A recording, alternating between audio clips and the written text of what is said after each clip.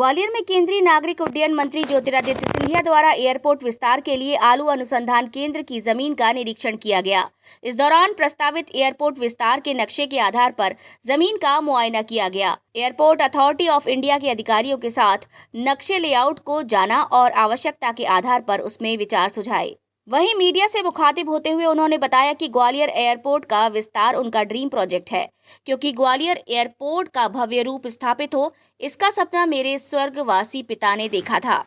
मेरे पिताजी ने ये सपना देखा था और फिर वाजपेयी की सरकार के समय इस विमानतल का नामकरण मेरे पूज्य दादी के नाम पर रख दिया गया। इसका आधुनिकीकरण करना मेरा कर्म ही है। यहाँ एक बड़ा हवाई अड्डा बनने जा रहा है। पहले ये कहा जाता था कि यहाँ पर हवाई जहाज लैंड नहीं होते हैं। वक्त ऐसा आ गया है कि इतनी संख्या में हवाई जहाज लैंड हो रहे हैं कि जगह कम पड़ जाती है। यही कारण है कि ग्वालियर का हवाई अड्डा विश्व स्तर की सुविधाओं के साथ तैयार हो रहा है। इस पर स्थानीय जनप्रतिनिधियों के सहयोग से कार्य की रूपरेखा शुरू की गई है। केंद्रीय कृषि मंत्री के प्रयास से आलू अनुसंधान केंद्र की कई एकड़ की जमीन की एनओसी प्राप्त हो चुकी है। ऐसे में कैबिनेट विस्तार के आधार पर जल्द ही जिस जमीन के rights airport authority of India को प्रदान कर दिए जाएंगे।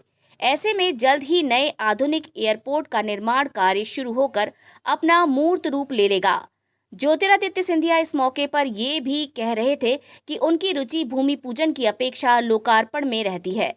ऐसे में जल्द ही यात्रियों को अंतर्राष्ट्रीय स्तर की हवाई यात्रा का लाभ मिले, सुविधाओं का लाभ मिले, इसके प्रयास तेज कर दिए गए हैं। ये मेरे सपने का प्रोजेक्ट है, क्योंकि जो विमानतल का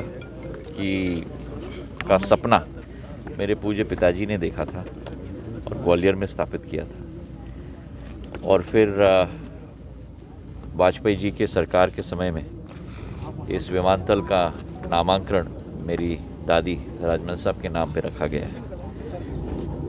तो इसका विस्तृतीकरण नंबर 1 और नंबर 2 आधुनिकीकरण ये करना मेरे कार्यकाल में मेरा दायित्व तो नहीं बनता है, लेकिन मेरा धर्म बनता है। तो आज जो रूपरेखा मैंने बैठकर बनाई है उसका धरातल पे हमने समीक्षा की है। पूरी विस्तृत जानकारी मैं आप लोगों को प्रेस कॉन्फ्रेंस में दूंगा, पर ये कहना काफ़ी है कि यहाँ एक आधुनिक बहुत बड़ा और विस्तृत एक हवाई अड्डा बनने जा रहा है। पहली कमी ये होती थी ग्वालियर में कि हवाई अड्डा है राजमा साहब के नाम पर यहाँ हवाई प्लेन लैंड नहीं होता। अब ये स्थिति उत्पन्न हो गई है कि इतने हवाई प्लेन लैंड हो रहे हैं कि हवाई अड्डा पर्याप्त नहीं है। तो हवाई अड्डा एक आधुनिक और एक विश्व स्तरीय बनाना ये हमारा लक्ष्य है, और उसमें शेजवलकर जी भी और हम भी साथ में मिलकर इसे पूर्ण रूप हम लोग ने दिया है। हम दोनों के सुझाव, नरेंद्र सिंह जी के सुझाव भी इसमें सम्मिलित हुए हैं, और इसी के आधार पर एक भव्य रूप बनेगा।